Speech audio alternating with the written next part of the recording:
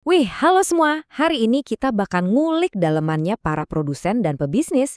Penasaran nggak sih gimana caranya mereka nentuin mau jual apa? Dan yang lebih penting, kapan waktu paling pas buat ngejualnya biar cuan maksimal? Oke, biar gampang kita pakai contoh. Bayangin deh, kamu itu Budi, seorang petani cabai. Terus, suatu hari kamu lihat harga cabai di pasar tuh lagi gila-gilaan naiknya. Wah, insting bisnis langsung nyala dong. Ini dia waktunya panen cuan. Ya jelas dong, langkah pertama Budi itu pasti jual semua cabai sebanyak-banyaknya buat ngeraup untung gede selagi momennya pas. Nah, logika yang kelihatannya simpel banget ini justru jadi pintu masuk kita ke konsep paling inti hari ini. Insting bisnisnya si Budi tadi itu sebenarnya adalah aturan paling fundamental di dunia ekonomi. Kita nyebutnya hukum penawaran. Gampangnya gini deh, harga sama jumlah barang yang dijual itu geraknya selalu barengan, selalu searah. Kenapa gitu? Ya karena motivasi utama produsen kayak Budi itu cuma satu, cari untung sebesar-besarnya. Harga naik, semangat jualnya makin membara. Kerennya lagi, aturan simpel tadi bisa kita ubah jadi rumus matematika loh. QS itu nunjukin jumlah barangnya, dan P itu harganya. Terus A sama B itu apa? Anggap aja itu settingan unik buat tiap produk. Pakai rumus ini, kita jadi bisa nebak kelakuan produsen dengan lebih jitu. Cuma butuh 2 data aja, serius. Kita bisa langsung ngitung fungsi penawaran sebuah bisnis. Lihat nih contoh tukang roti. Pas harganya 5.000, dia bikin 100 roti. Pas harganya naik jadi 7.000, dia langsung genjot produksi jadi 200 roti. Dari 2 info ini aja, langsung ketemu rumusnya. Ini nunjukin secara angka gimana tiap kenaikan harga bikin dia makin semangat jualan. Tapi, gimana ceritanya kalau yang berubah itu bukan cuma harga? Nah, kita lanjut nih. Karena di dunia nyata, banyak banget faktor X yang bisa tiba-tiba mengubah seluruh aturan main. Nah, ini kuncinya. Kalian harus bisa bedain antara pergerakan di sepanjang kurva sama pergeseran seluruh kurvanya.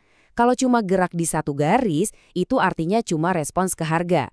Tapi kalau seluruh garisnya yang pindah, itu tandanya ada perubahan besar di arena bisnisnya. Sekarang kita bahas nerve-nya dulu, atau hal-hal yang bikin produsen jadi lemah. Misalnya nih, harga bahan baku tiba-tiba mahal, pemerintah nambahin pajak baru, atau cuaca lagi jelek banget sampai gagal panen. Semua ini ibarat debuff yang maksa produsen buat nawarin lebih dikit barang, dan akhirnya kurvanya geser ke kiri. Coba balik lagi ke Budi. Kalau harga pupuk buat cabenya tiba-tiba naik 3 kali lipat, untungnya kan jadi tipis banget. Dia jadi nggak sanggup lagi nanam cabai sebanyak dulu. Otomatis, pasokan cabai dari dia ya jadi anjlok. Itulah kenapa kurvanya geser ke kiri. Tapi tenang, ada juga buff alias power up. Ini adalah hal-hal yang bikin produksi jadi lebih gampang dan murah. Contohnya, muncul teknologi baru yang efisien abis, pemerintah ngasih subsidi, atau makin banyak pemain baru yang ikutan jualan. Semua ini bikin produsen jadi lebih kuat dan bisa nawarin lebih banyak barang, alhasil kurvanya geser ke kanan. Ini contoh paling gampang deh. Kalau makin banyak petani cabai kayak si Budi, total pasokan cabai di pasar ya otomatis bakal banjir. Logis banget kan?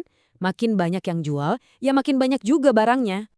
Oke, siap-siap kita naik level. Sekarang kita bahas strategi level dewa. Berani nggak kita investasi gede-gedean di teknologi baru biar bisa ninggalin kompetitor jauh di belakang? Ini nih dilema klasik para pebisnis. Punya mesin baru yang canggih banget emang bisa bikin produksi ngebut, tapi gimana kalau ternyata biaya investasinya jauh lebih gede dari penghematan yang didapat? Wah, bukannya untung malah bisa boncos parah. Ini pertaruhan besar. Sebagai bos, lu pasti bakal ngitung cepet kayak gini. 1, totalin semua biayanya. Harga mesin, training karyawan, sampai perawatannya. 2, kira-kira untungnya berapa? Hemat biaya berapa? Tambahan pendapatan berapa? Terakhir, bandingin. Kalau untungnya jauh lebih gede, ya sikat. Tapi kalau tipis, itu bisa jadi jebakan finansial. Jadi benar-benar harus ditimbang matang-matang. Di satu sisi, ada iming-iming efisiensi dan profit gede. Di sisi lain, ada resiko nyata. Modal awal yang bikin nangis, biaya maintenance yang nggak kelihatan, dan mimpi buruk terbesar. Teknologi yang baru dibeli mahal-mahal, tahu-tahu udah ketinggalan zaman. Selain soal teknologi, produsen yang paling jago itu mikirnya selalu beberapa langkah ke depan. Mereka kadang pakai strategi yang buat orang awam kelihatannya aneh banget. Nah, ini dia jurus catur 4D-nya para sultan. Kalau lu punya feeling atau data kalau harga bakal meroket gila-gilaan bulan depan, strategi terbaik justru jangan jualan sekarang. Tahan dulu stoknya. Kenapa? Biar nanti bisa dijual pas harganya udah di puncak tertinggi, untungnya bisa berkali-kali lipat. Dengan seabrek faktor yang kita omongin tadi, para ekonom punya satu aturan emas biar nggak pusing tujuh keliling. Namanya ceteris paribus. Ini istilah Latin yang artinya faktor-faktor lain dianggap konstan. Jadi, pas kita bilang harga naik, penawaran naik, kita itu pura-pura nggak tahu dulu soal harga pupuk, cuaca, atau teknologi. Biar apa? Biar kita bisa fokus ke dampak satu perubahan aja. Simpel kan? Ujung-ujungnya, ini semua ninggalin kita sama satu pertanyaan gede.